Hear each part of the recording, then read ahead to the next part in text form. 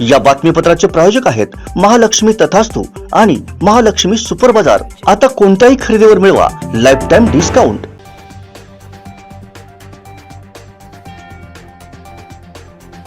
राज्यातील बैलगाडा शर्यतीवरील बंदी सुप्रीम कोर्टाने हटवली आहे। अखेर 12 वर्षांच्या कायदेशीर लढाईनंतर बैलगाडा शर्यत प्रेमींसाठी मोठा दिलासा मिळालाय। कर्नाटकचे पुढचे मुख्यमंत्री सिद्धरामय्या हे असतील तर डी.के. शिवकुमार उपमुख्यमंत्री म्हणून शपथ घेतील। 20 मेला दुपारी 12:30 वाजता बंगळुरू इथं शपथविधी सोहळा होणार आहे। येत्या 18 जूनला मुंबईत होणाऱ्या राज्य आणि राष्ट्रीय कार्यकारिणी आणि राज्यभरातील पदाधिकाऱ्यांच्या बैठकीत पुन्हा पक्षप्रमुखपदी उद्धव ठाकरे यांची निवड होण्याची शक्यता आहे। मुंबई महापालिकेच्या आगामी निवडणुकीत मुंबईत भाजपचाच महापौर विराजमान होईल असा विश्वास भाजपचे राष्ट्रीय अध्यक्ष जे.पी. नड्डा यांनी व्यक्त केला। वर्षातून 4 आठवडे मराठी चित्रपट दाखवले नाहीत तर चित्रपटगृह मालकांना परवाना नूतनीकरणावेळी 10 लाख रुपयांचा दंड लावण्याचा निर्णय राज्य सरकारने घेतलाय। देशाचे कायदा मंत्री किरेन रिजिजू यांना कायदे मंत्रिपदावरून हटवण्यात आले। त्यांच्याऐवजी अर्जुनराम मेघवाल हे नवे कायदा मंत्री म्हणून काम पाहणार आहेत। कर्नाटकचा पॅटर्न महाराष्ट्रात चालणार नाही, देशात फक्त मोदी पॅटर्न चालणार असं सूचक वक्तव्य उपमुख्यमंत्री देवेंद्र फडणवीस यांनी केलंय। गोव्यातील पर्यटकांकडून चालकास मारहाण केल्याची घटना सावंतवाडीत घडली आहे। सावंतवाडी ओटवणीतील बाबाजी तारी यांना ओमनी चालकानं त्यांच्या पॉलिसला धडक देऊनही उलट मारहाण केली आहे। कणकवली शहराचा कार्यभार आता प्रशासक म्हणून प्रांताधिकारी जगदीश कातकर यांच्यामार्फत केला जाणार असून कणकवलीचे मुख्याधिकारी अवधूत तावडे यांची येत्या काळात पदोन्नतीने बदली होण्याची शक्यता आहे। मसूरकर किनई रस्त्यानजीक MS हायस्कूलच्या बाजूस आढळलेल्या मृतदेहाची ओळख पटली आहे। तो युवक उमरड येथील गणेश रमेश दळवी असल्याचं निष्पन्न झालंय। माजी खासदार भाजप प्रदेश सचिव निलेश राणेंनी आजरा बंधाऱ्याची पाहणी केली। एकनाथ शिंदे यांच्यासह अनेक नेत्यांनी मातोश्रीवर पैसे दिले। संजय राऊतांसारखी लोक एकनाथ शिंदेंनी दिलेल्या तुकड्यांवर मोठी झालीत असं संजय गायकवाड यांनी हल्लाबोल केला। संजय राऊत हे खरंच राजाराम राऊतांचा मुलगा असेल तर त्यांनी आता त्र्यंबकेश्वरला जाऊन दाखवावं असं चॅलेंज नितेश राणेंनी दिले। संजय राऊत 2 पायांनी परत येणार नाहीत असंही नितेश राणे म्हणाले।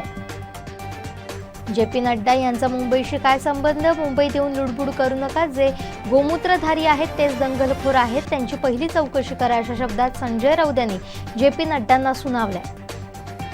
रत्नागिरी नागपूर महामार्गावर झालेल्या ट्रॅक्टर आणि 4चाकी गाडीच्या भीषण अपघातात एका 12 वर्षीय मुलासह 6 जणांचा मृत्यू झालाय।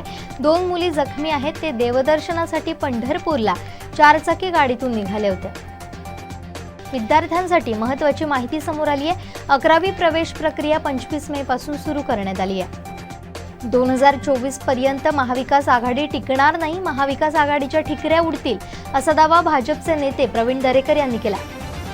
राज्याचे उपमुख्यमंत्री देवेंद्र फडणवीस यांचा ड्रीम प्रोजेक्ट असलेल्या हिंदू हृदय सम्राट बाळासाहेब ठाकरे मुंबई नागपूर समृद्धी महामार्गाचा दुसरा टप्पा मे अखेरपर्यंत वाहतुकीसाठी खुला होणार आहे।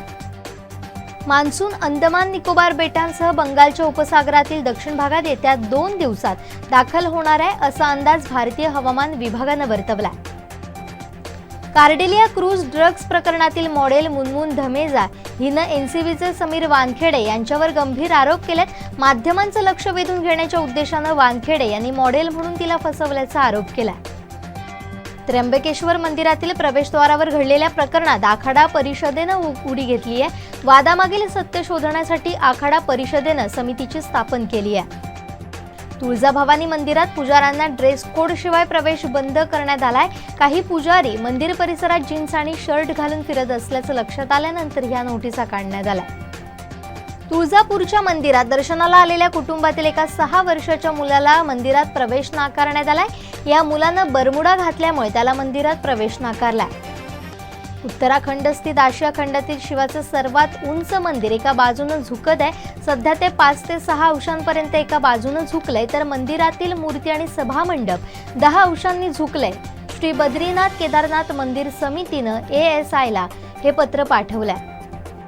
केंद्र सरकारतर्फे नवीन योजना लागू करण्यात आली आहे। कुटुंबातील कर्त्या व्यक्तीचं अचानक निधन झाल्यास ग्रामीण विकास मंत्रालयातर्फे अशा कुटुंबांना 20,000 रुपयांची मदत केली जाणार आहे। या बातमीपत्राचे प्रायोजक आहेत महालक्ष्मी तथास्तु आणि महालक्ष्मी सुपर बाजार। आता कोणत्याही खरेदीवर मिळवा लाइफ टाइम डिस्काउंट।